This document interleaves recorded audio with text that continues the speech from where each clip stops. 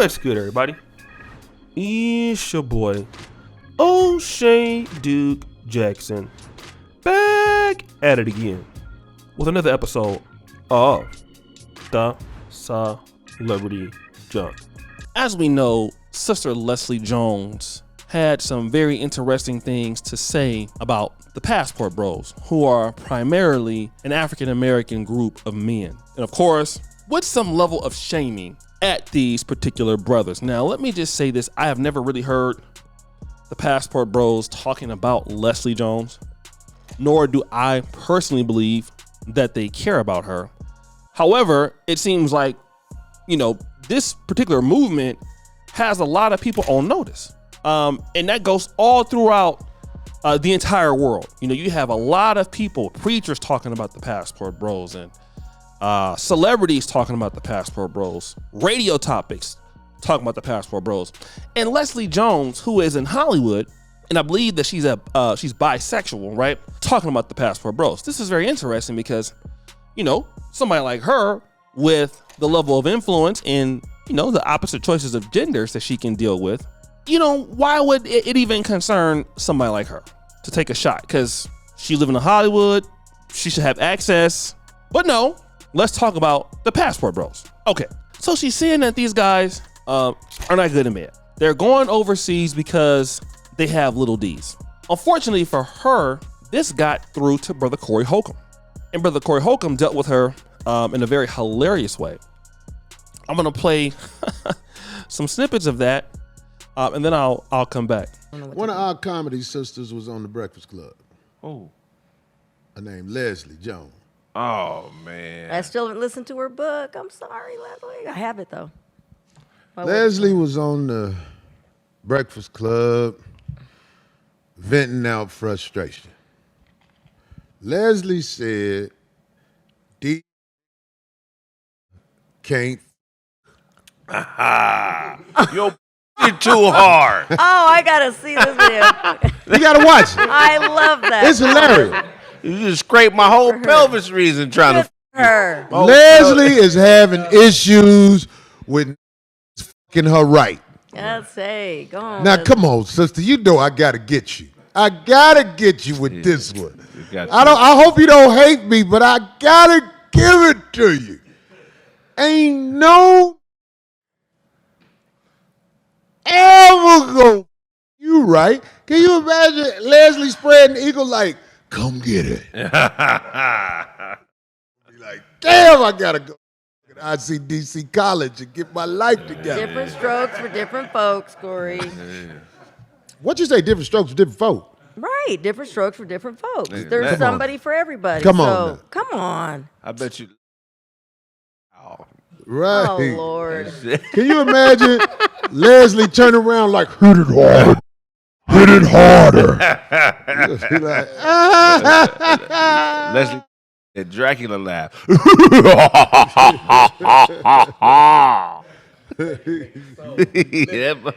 It's probably fire though. Once you get past the hard part of it, like the beef jerky, it's probably got a beef jerky. what if it's real fat? I know it's wet too. I know it's wet, man. How you know it's wet? Cause that's all she got. Hey, them ugly motherfuckers had that Oh, thing. my Them God. ugly motherfuckers having that thing. Why they always got babies? They be like, you gonna eat me from the back? Be like, hell no. We finna get Ugly this bitches over and with, big and bitches you gonna stay give me pregnant. what you said you was gonna give me. That's real shit. I bet you heard spit.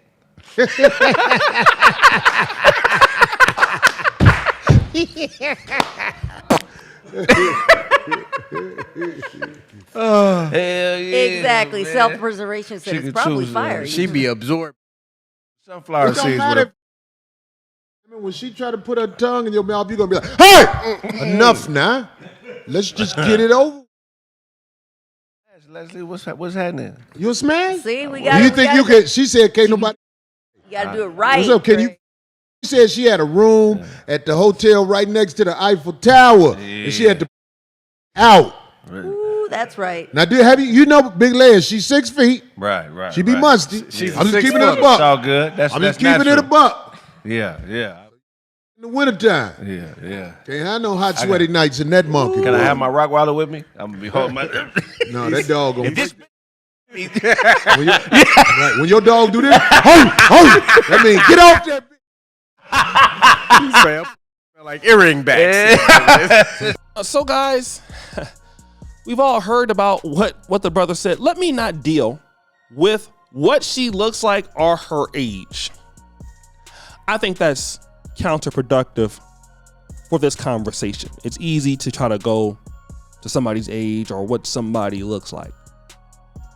I think what we're dealing with here is a mindset that is permeating through a lot of society when it comes to women. Can we just be honest here and let's niche it down? It appears to be a black woman in America, some African American, some not, but we're dealing with that.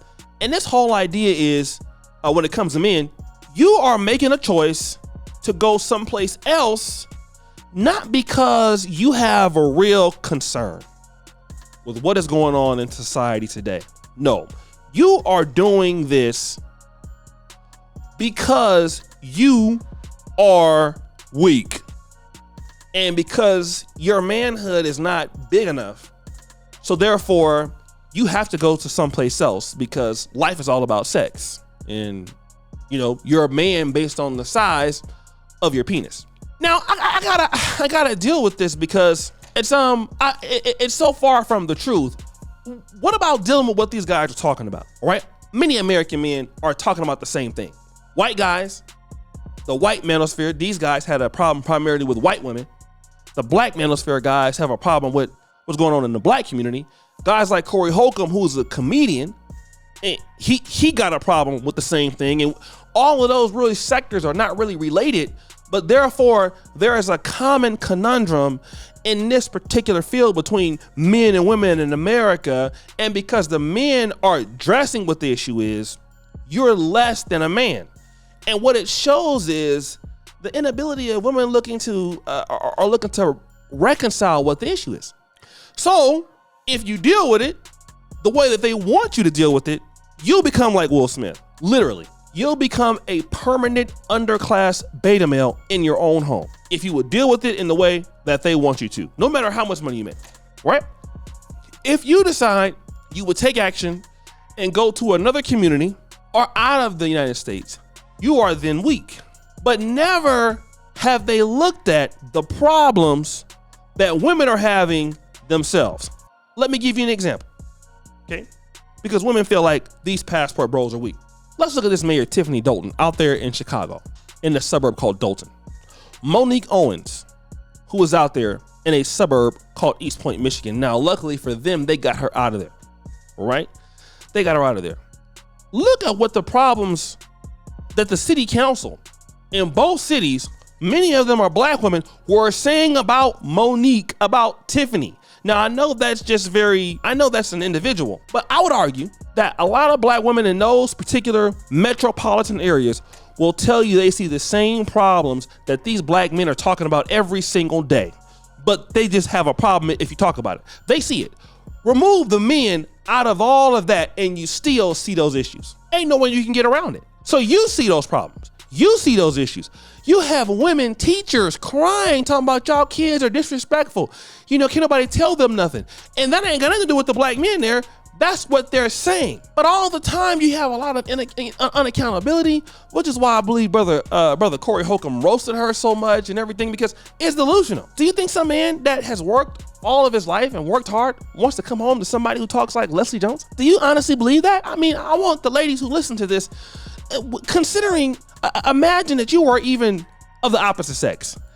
You know, I'm not trying to ask you to change your sexuality to like somebody else, but just imagine, just on the granular level, could you talk to somebody like that? Absolutely not. No human worth his weight in gold would even entertain that. Because why? It is so silly, it's laughable. It doesn't make any sense.